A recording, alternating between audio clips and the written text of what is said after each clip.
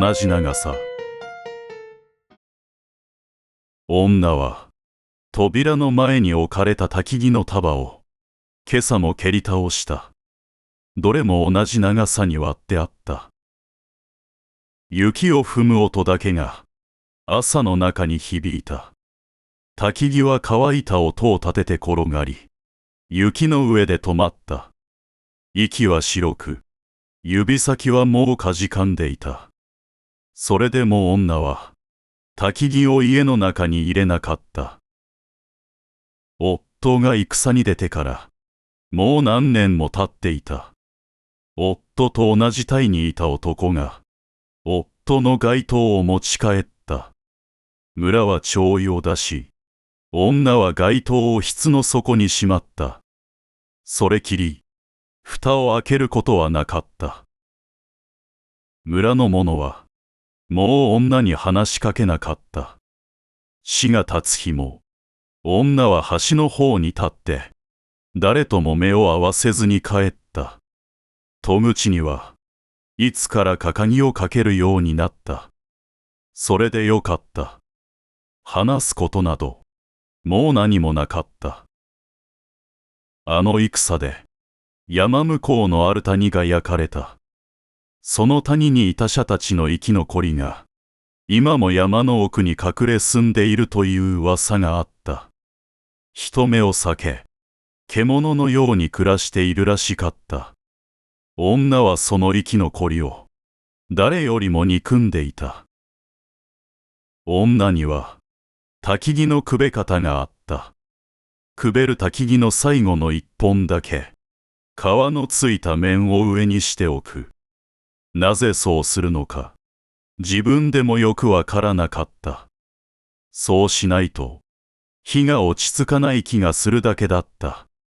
誰に見せるでもなく女は毎晩同じ手順を繰り返した。冬になってから毎朝扉の前に焚き木が置かれるようになった。差出人はわからなかった。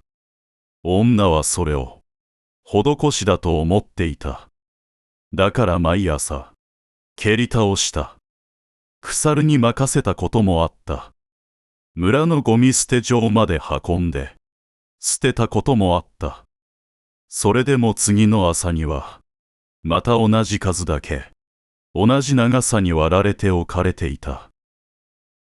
ある朝、雪の上に足跡が残っているのに気づいた。浅く、しかし迷いなく、まっすぐに続いていた。女はその跡をたどって目で追った。足跡は村の方角からではなかった。山の奥、かつて戦のあった谷の方からまっすぐ続いていた。女は思った。あの生き残りが罪滅ぼしのつもりで届けているのだろう。憎んでいる相手からの施しだと思うとなおさら腹が立った。その夜も女はいつもと同じように焚き木を組んだ。最後の一本だけ皮のついた面を上にして。翌朝、女は足跡をたどることにした。二度と来られないよ。はっきり言ってやるつもりだった。雪は思ったより深く、一歩ごとに膝まで沈んだ。風が木々の間を鳴らして通り過ぎるたび、女は足を止め、また歩いた。足跡は途切れることなく、山を登り、木々の深いところまで続いていた。風はさらに冷たくなり、灯の油もそろそろつきかけていた。木の根元に人が倒れていた。近づいて明かりをかざすと、その顔に、頬から首にかけて、ひどいやけどの跡があった。そこに、元の顔の作りは残っていなかった。声をかけても、かすれた息が帰るだけで、言葉にはならなかった。腰には、村では見たことのない形の留め金があった。女はそれで、確信した。これがあの生き残りだ。このまま置いていけば、次の雪でうずもれて死ぬだろう。それだけを思って、女は男の腕を肩にかけ、山を降りた。男の体は重く、何度も雪の中に膝をついた。その度に立ち上がり、また歩いた。ふもとに灯が見えた頃には、日はほとんど落ちていた。